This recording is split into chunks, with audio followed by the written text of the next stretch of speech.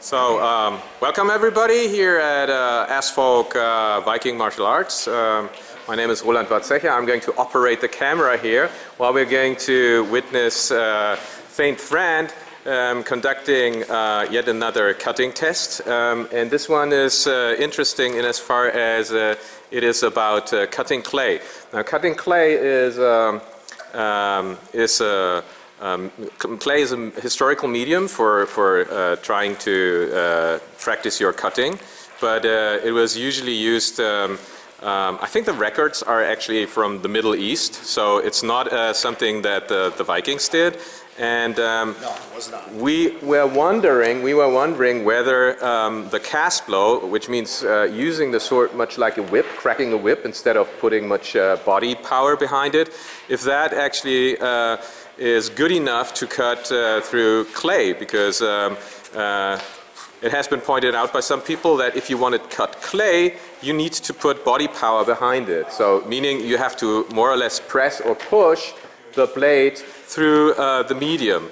And I was wondering if maybe this was for cutting, for practicing particular cuts where you actually do press through the target. Yeah, that makes you wonder, correct? Yeah, or if it works with the cast blow, that is like almost like using a willow stick. You know, when you were kids and you were cutting flowers with a willow stick. Yeah, that's pretty much the body mechanics that you are using, isn't it? Correct. Yeah. It's Okay. pretty much putting the blade out there and letting the blade do the work and follow. I see. And the arm just follows the blade and allows the blade to do what it wants to do. Okay, so it's the tool doing the job. It's not the warrior using any strength or something like this to cut through the medium. So we are wondering whether the blade will be, because of the suction of the material, I mean that's wet clay, maybe it behaves in such a fashion that a cast blow does not actually do the job. So we're going to see how well it works out.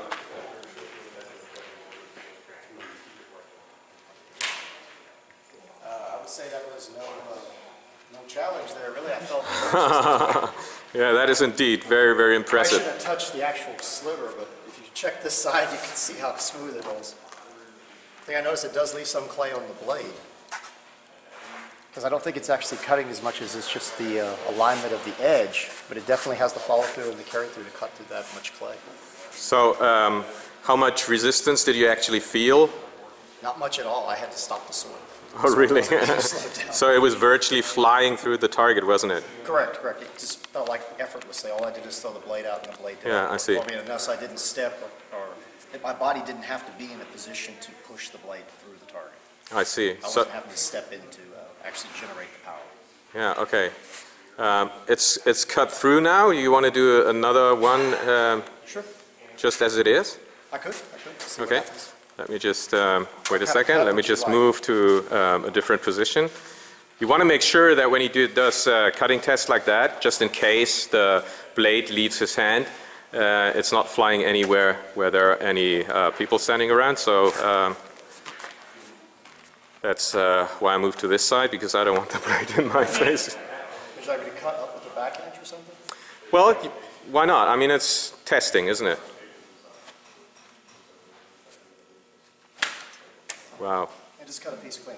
Of course, at that angle, it's going to be hard for me to go straight across. Yeah. The power will be generated. But Let's see yeah. what happens if we just do it lightly. All right. Okay. I want to clean this quickly, so wipe off the Yeah, there's a lot of material sticking to the blade, and that was the one part that was bothering me. That because it is so adhesive, that it actually may slow down the blade in such a fashion that it would not penetrate the material. I think you just throw something out in a manner where it's just, just a technique where and Okay. it stopped when I did it lightly, but it almost made it all the way through. Okay, so in terms of mechanics, what was different this time? You could actually feel the resistance because I did it a little lighter, so you could feel. I didn't feel resistance necessarily. I felt the blade stopping before. The blade stopped at one point. It feels like the weight pretty much stopped it pushing down. Oh, I see. I see. So it was the severed part that that actually stopped the blow. But I mean, still. If I used just a little more cast, a little more speed, it would have went clean through just like Yeah. that. Yeah, you already made it through on this end. Yeah. Well, anyhow, I'd say that was a quick but successful test to show that this medium as a practice target does work for that kind of blow too. I think it shows the edge alignment too. If it's perfectly straight or not, you can see it going straight. So would you say it's Although more? then it can actually, if you look at this, the upcut actually bent it. Yeah. If you look there So straight. what are the targets that you usually cut? The test targets that you usually choose? I use rolled wet newspaper, as I call it, poor man's tatami, because you can get it cheaply if you get these little papers, you know, they give out, and or get old people's newspapers and collect them. I roll it around a small dowel. I usually put it on the dowel to start off with, and I roll it up, and then I either put rubber bands or. So you compress the material, and it's just in certain sections to hold it. I see. But you don't want it tight because it's going to tighten up when it swells. Okay, I see. For about, I would say about an hour in hot water is what I do. All right. And then take it out, and it's still very, very solid. I see. You moisten So it's way more solid than this is, because you most cannot actually If you did squeeze the it lighter and cast, compress it would it. get stuck in it. Yeah. The lighter cast would get stuck in it. So which, when you compare those materials, what would be your evaluation in terms of difficulty or which aspects of the skill of cutting are being, you have to focus on regarding considering the material that you're cutting? You do. I would say on the newspaper, you want your edge alignment proper, but you also want to get a lot of velocity before it hits. You want to make sure the sword is actually, like as you teach the cast, where it's coming from as far back as possible. Yeah. You want it from way back there. I see. You don't want to do something just. So you need a, have the velocity behind it. so the acceleration path has to be longer. Yeah. Whereas on this one, I do that type of acceleration, the blade ends up over here somewhere, and I'm having to stop the blade. Ah, I see. It doesn't feel like it gives any resistance. The only way that I didn't feel necessarily resistance, but I felt it catch the blades when I threw it lighter. But it still managed to make it all the way through. But you still have to align the blade correctly, because if amidst strike you twist the blade a little bit, it would stop. Yeah. If you had it at an angle, it would, yeah, you'd know. I don't think it would go through this material. So it's still an educating medium. Yeah, definitely. It would actually prove your edge alignment. I see. But I Okay. think that the cast is more than sufficient. I don't know how much more clay it'll go through, but it's more than sufficient to do clay Yeah, cutting without I see. having a proper frame to, as some Yeah. people were saying, to step and cut into it. Could you explain to the audience the difference of mechanics with blows where you need body power as opposed to blows that you prefer, which you call the cast blow? The cast blow feels effortless. What it's like is when the blades, Could you speak up a little bit? The cast blow feels effortless. Mm-hmm. It's kind of like throwing a dart, like you tell everybody in your classes. You're actually letting the blade do the work. I see. Whereas if you're using a cut, like I've used smaller blades where I've had to step, and you literally have to take it, step and cut and use your body, you can feel that in your wrist and your arm and your body if you are using your body to generate the force and make sure that it completes the cut. Okay, which means if This you don't feel any of that. which means When it stops, it stops. I see. Which means that if you go by the definition that martial arts are all about achieving maximum effect with minimum effort, then according to that definition, the cast blow would be superior, or at least matching that definition better.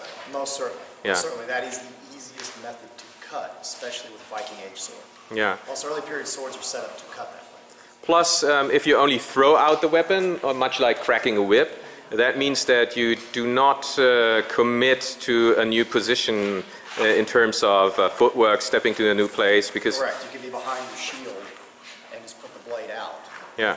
without having to worry about without having to worry about where you're going to move your shield. I see. Your body's going to move and the shield's Yeah. going to expose you. Yeah, because we have to be aware that these swords were not actually made for cutting test medium. They were made to be used in combat, and there's a specific correlation regarding the parts of our body and as they move. If you move your hand, you can move it so much more swiftly than you can take a step. The step has to carry the whole weight of the body, which means in combat you become less flexible in terms of in a tactical regard, because you're committing to a new position, and if this position turns out to be disadvantageous, it takes all the effort it took you to get there to go back. While if you only move your hand, then you can respond in the time of the hand, as opposed to carrying back the weight of your whole body. Correct, right? correct. I see. I totally agree, and I think that's the whole point to the way the swords were made, is the casting technique allowed them to work independently of the shield work. And the footwork and the body mechanics were mostly to manipulate the shield, because that was most important. That was your primary defense. Yeah. The blade was your actual killing weapon. Yeah. Yeah, and if two warriors would do that, like they would use the shield in order to pin the opponent and then open up a target and striking to that target. That means that it's when shield meets, when they bind, then you get into a situation where body mechanics are relevant, where you need proper grounding regarding footwork. But in terms of slicing, cutting off a leg, as we read in the sagas, that is a totally different mechanics. Right, okay. I really believe it could be. Yeah. And the point is, the body stepping takes way longer if you're joining your blade to your body as you step. You have the body behind it, but you don't have the velocity the blade can achieve by itself. You are actually liable of slowing down your own weapon. So if you imagine you are playing yo-yo or cracking a whip, or as you said, throwing a dart like at the bar, if you tense up as you do it, then the dart will actually be slowed down. So if you just pick up an imaginary dart and go through that motion, and then imagining tensing up as you do it, you will notice that that feels awkward, right? Right. All right, okay, I'd suggest that I put down the camera. We're going to compress the clay again, and you do like 2 more cuts into the clay, just because it looks so cool. So here's our new test medium, the clay ogre. Let me introduce you. Thrand, clay ogre, Thrand. So you go.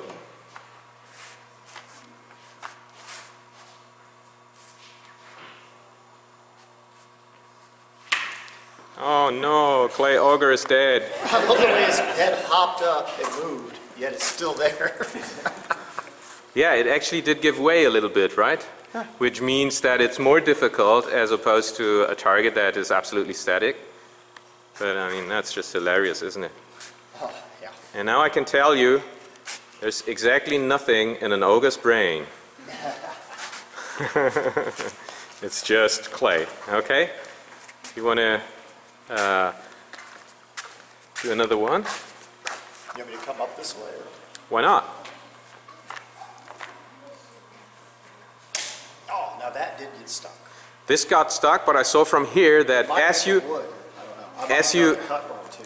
and this is a good example. I don't know if you saw this, people, but as he was cutting upwards, there was he was warping the blade, so it didn't move in a plane, right? So as it hit, there was this curve, and that of course stopped the. Exactly. So it's a wonderful example of how important blade alignment is.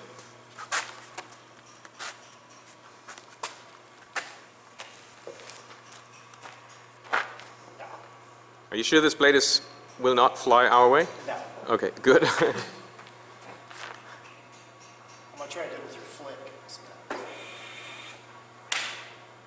Okay, apparently much more difficult, but let me go, right? The backhand can be a weaker cut unless it has enough energy. So. Yeah. But still, we got help. Yeah, I mean, wow.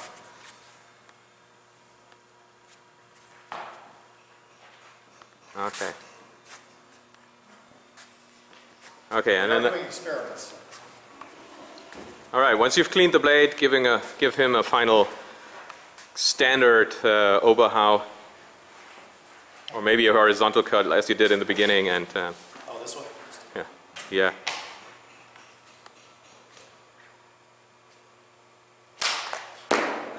I'd say that's the end of it.